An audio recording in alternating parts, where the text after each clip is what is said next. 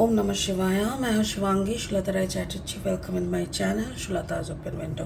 वर्गो, ये आपका रीडिंग है 1 अक्टूबर 2023 से लेके 15 अक्टूबर 2023 तक की एज यूजुअल 3 कार्ड का रीडिंग है। हम देख लेंगे इस नवरात्रि आपके लिए क्या लेके आ रहे हैं वर्गो यानी कन्या। और हाँ, 3 कार्ड का एज यूजुअल रीडिंग आपका love, relationship, career, finance and health के ऊपर फोकस रहेगा। पास्ट, प्रेजेंट एंड फ्यूचर देख लेंगे। तो चलिए वर्गो देखते हैं माँ अन्नपूर्णा आपके लिए क्या लेके आ रहा है फर्स्ट हाफ अक्टूबर तक। ओके, थिंकर, ये आपका पास्ट एनर्जी है। आप कुछ चीज़ों को लेके काफ़ी सोच रहे हैं। क्या सोच रहे हैं इतना Virgo? I really don't know. अच्छा, happy, wow, that's really good. Present यानी अक्टूबर महीने का पहला हिस्सा आप काफ़ी खुश रहेंगे। And then the imagine, beautiful. ये जो थिंकर कार्ड है ना, पहला वाला सॉरी कार्ड नंबर 44 यानी स्टेबिलिटी। आप अपनी ज़िंदगी की स्टेबिलिटी को लेके सोच रहे होंगे। आप काफ़ी गहराई से सोच के इसको सॉल्व करने का, मतलब ज़िंदगी कुछ लोगों के लिए ना काफ़ी पजलिंग है, तो ये लोग सोचते हैं कि ये इस पज़ल को सॉल्व करना ज़रूरी है। बट डोंट वरी, ये ना आपके चाहने पे ये पज़ल शुरू हुआ है, ना आपके चाहना पे ये ख़त्म होगा। डोंट वरी, ये आपके हिसाब से नहीं चलेगा। सो इसीलिए इसको छोड़ दीजिए और उस चिंता को, मेरे ख्याल से उसी पे आप खुश होने लगे हैं। And then you again start imagining, spirit का ब्लेसिंग कार्ड बोल रहा है द फ्यूचर। आप फ्यूचर को लेके काफ़ी इमेजिनेटिव है, या तो फिर काफ़ी इसको बहुत ज़्यादा गहराई से आप ना कंटिन्यूसली आपका फोकस हर वक्त फ्यूचर की तरफ, मतलब you don't live in the present which is wrong. क्योंकि देखो, आप अगर प्रेजेंट में नहीं जी पाओगे ना, तो आपका भविष्य, how can you plan? I mean, जो आपने देखा ही नहीं, कल किसने देखा है? कहावत है ना, कल किसने देखा है? किसी ने कल को नहीं देखा। आप उसी कल के ऊपर अगर प्लानिंग करते रहोगे और आज का भूल के, तो जीना ही नहीं होगा। सो जो भी है, ये कार्ड आपके रीडिंग के साथ कैसे मैचिंग होता है वो हम बाद में देख लेंगे।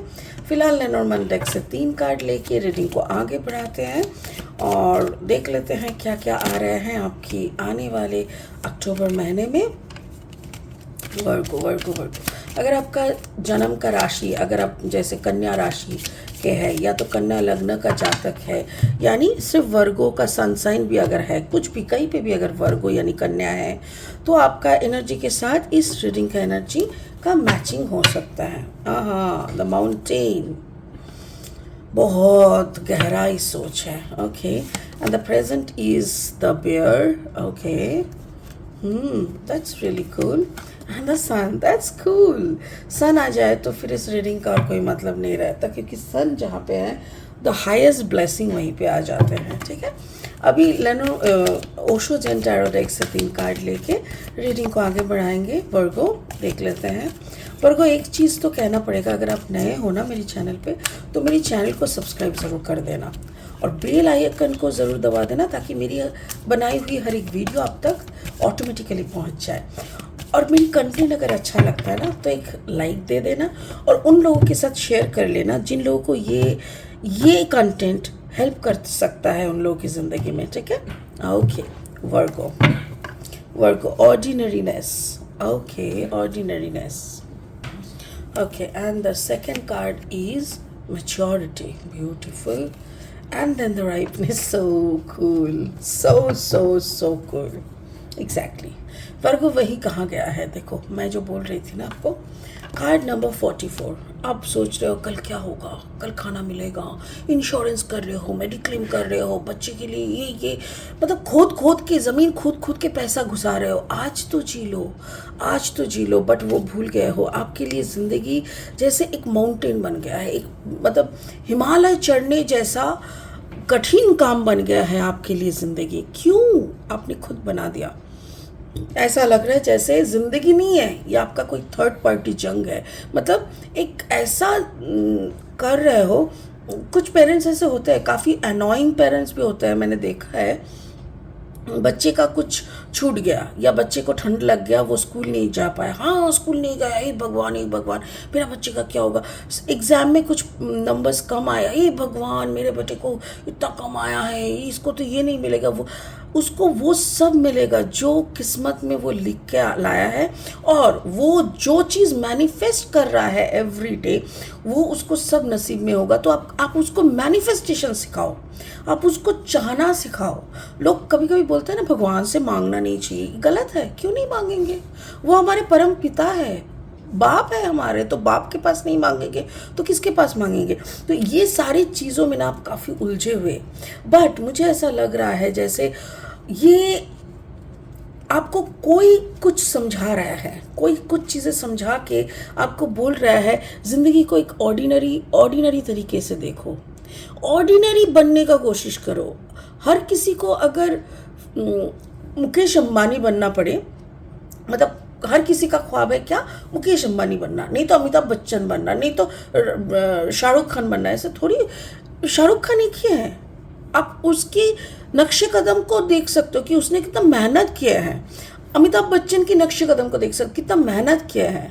बट आप अमिताभ बच्चन नहीं बन सकते। आप जो हो, जैसे आपका नाम अगर अमर प्रताप है तो आप एक बेस्ट अमर प्रताप ही बन सकते हो। You can get to your best version. मैं शुलता हूँ, मैं आलिया भट्ट नहीं बन सकती, मैं मेरा ही बेस्ट वर्जन बन सकती हूँ, ताकि मेरे से इस जीवलोक का, इस धरती का कुछ कल्याण हो।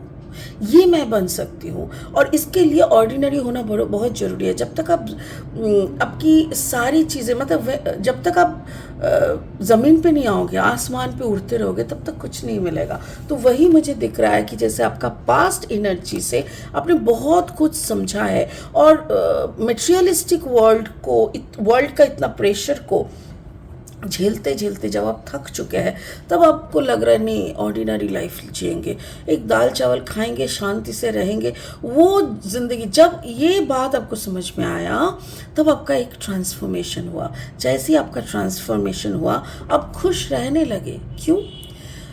बहुत सारे लोग ना सूखा चावल खाते हैं क्योंकि उसको सब्जी नसीब नहीं होता। कुछ लोगों को तो शायद दिन में एक बार चावल नसीब होता है। कुछ लोगों के पास इतनी खाना है ना कि वो लोग इतना बीमार है, वो लोग खा नहीं पाते हैं।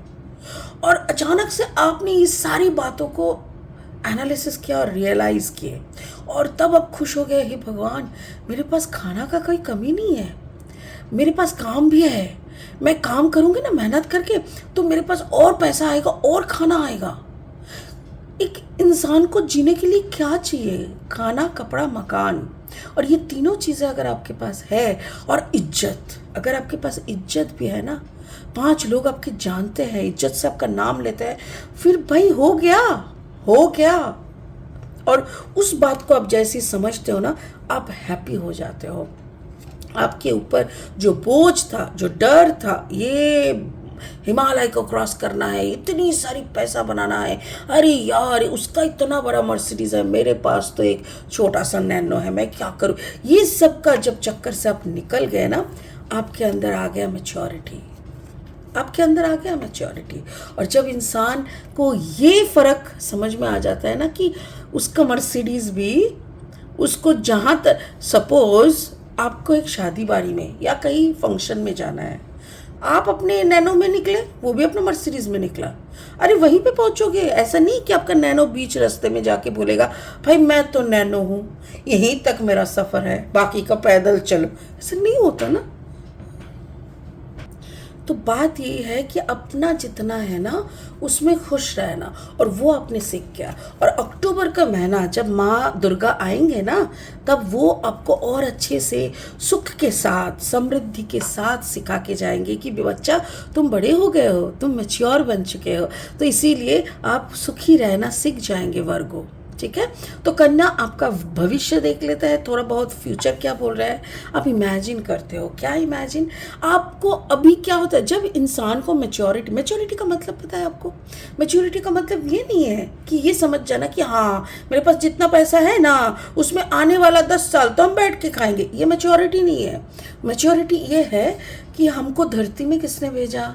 भगवान ने भेजा, पकड़ लेते हैं, कोई भी भगवान पकड़ लो, भगवान, अल्लाह, रसूल, जीसस, जो भी है, तो हमको भेजा है हमारे साथ ना राशन पानी भी वो लिख के भेजा है।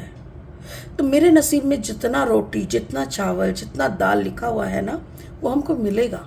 भले ही हम आगे खा के पीछे बीमार होके पड़े रहे, वो अलग बात है, और भले हम हर वक्त एकदम आराम से खाते रहे, पूरा ज़िंदगी खाना मिलेगा, कोई खाना लेके नहीं आता, बट हम लोग का ना राशन पानी बांध के देता है भगवान कि तू कहीं भी रहेगा ना, तेरा खाने का कभी प्रॉब्लम नहीं होगा।